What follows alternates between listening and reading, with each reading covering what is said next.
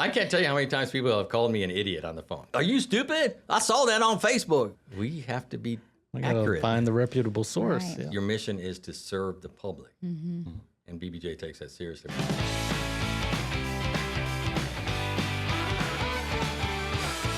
Hey, this is Shay. And this is Carrie, Welcome to the Pocket Change Podcast. where you'll learn better ways to spend, save, and invest and take control of your financial journey. We have breaking news this hour. We have a guest who has a front row seat to storytelling in our region. We're going to learn more about it. Will we be chasing alligators or tornadoes? Stay tuned. Up next, weather. We're excited to welcome our guest, Stan Sanders, Director of WBBJ News. Welcome to Pocket Change, Stan. Thank you. It's a pleasure to be here. Yeah. So let's start with your journey. How did you first get started with news and broadcasting? Well, I would like to say that this is what I was going to do from the time I was a kid, but it wasn't. I grew up outside of Chicago, so I listened to a lot of DJs. You know, I had the aspirations as a young kid to be a DJ because when I was little, our house was literally a block from an AM station. And I got a chance to work there. Really, I don't know about working. They used me as a kind of cleanup man. So I had all these 45s because every time the radio station changed formats, they would throw the records out, which today you'd be like, you don't do that. So I got attached to it and I listened to DJs and it sounded like fun. And I went to community college in communications and I was going to be a DJ. And then I met a real DJ when I went to the University of Illinois to finish my degree. And he goes, I've moved 8 times in the last so many years. I'm like, no. And they had just restarted their broadcast journalism program. So I went in there and I said, well, this is interesting because now I can be a storyteller. Now I can inform people. I can't be funny, but I can still have an impact in the community. And the rest, they say, is history. So would you go straight into news after graduation, or what was your early career? What'd that look like? Wow. Yeah. You know, when people talk about bad economies, I graduated in 1982. And the unemployment rate in my hometown was 14.4%. Wow. But before I graduated, CNN was just about to start, and they were going to broadcast programs and interviewing people, and I got to the finalists. And then they told me the salary was going to be a whopping $8,500 a year. And even in 1982, $8,500 a year, you're not going to have anything but mac and cheese. Right. And I was about to get married, so I said no. So Frito-Lay was also trying to hire people right out of college to be salespeople, and they paid a lot more. They offered $22,000. Wow. So I took that job, and I worked it for a year, but the passion wasn't there. You know when you just don't feel right? So I quit, and then I had two part-time jobs, tried to find something, and I ended up a part-time job at the local TV station as a photographer, and I said, well, this is pretty fun. I get to get paid to cover things, except when it was raining or snowing. And I was checking, and there was a job offer in Charleston, South Carolina. This is winter in Illinois. I looked at pictures of Charleston, South Carolina. And we didn't have the internet back then, folks. I'm sorry. But I went to the library, and I said, man, this is cool. It's right on the ocean. Love the beach. And I sent a tape down thinking, oh, come on. I've been doing this job for, a year. They're not going to hire me. And the news director called me and tried to hire me over the phone. Oh, wow. And I said, I'd love to come, but I can't just do it over the phone.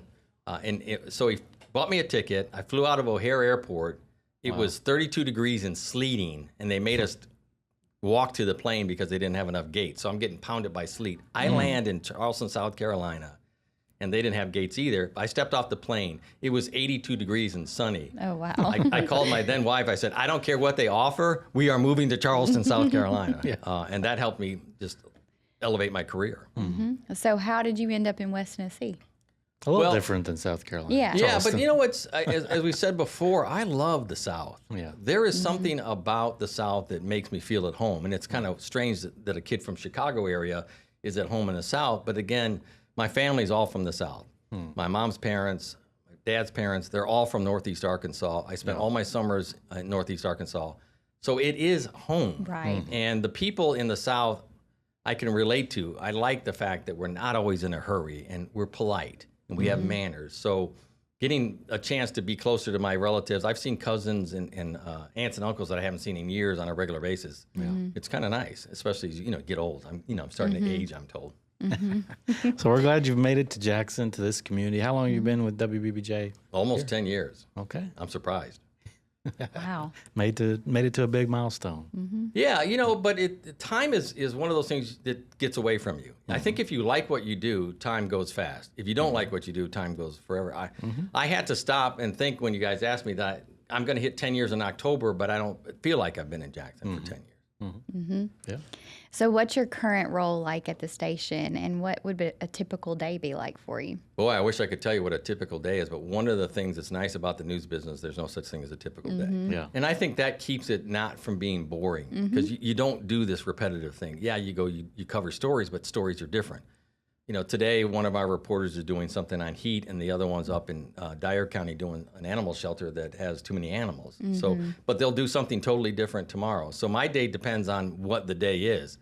I come in early and we have a plan, but it's just a plan. Right. Because it can change tomorrow. So every day is different. The only thing that's consistent is I've got a budget, I've got schedules, I've got equipment, but everything else is whatever falls from the sky or whatever, people plan around us. Right. Right.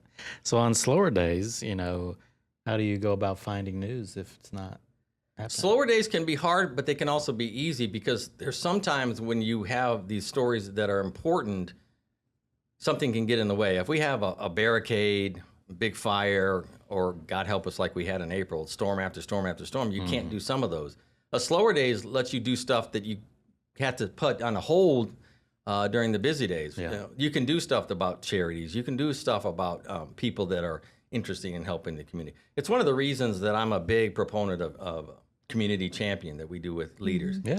I mean, think about all the people in your town, in your area that are doing something, and they're not doing it for recognition. They're just doing it because it feels right to them and they know they can help. And those are the kind of stories that you can do when the skies aren't falling.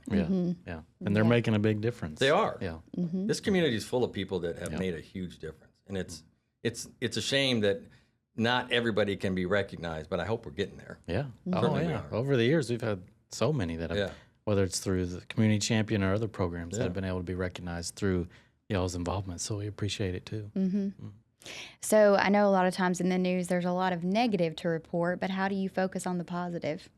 Well, the positive is something you don't really think about it as a positive. You just think of this as a good story. At the end of the day, a good story should permeate through everything. Whether it's good, bad, or in the middle, a good story is a good story. Positive news is what somebody thinks is positive. What I think is positive may not be what you think is positive. So I look at it, is it a good story and is it an impactful story? For example, I sometimes think that a good story is when we hold politicians accountable. I'm a big proponent of, if you spend taxpayers' dollars, you should be held accountable to how you spend them, because it's not your money.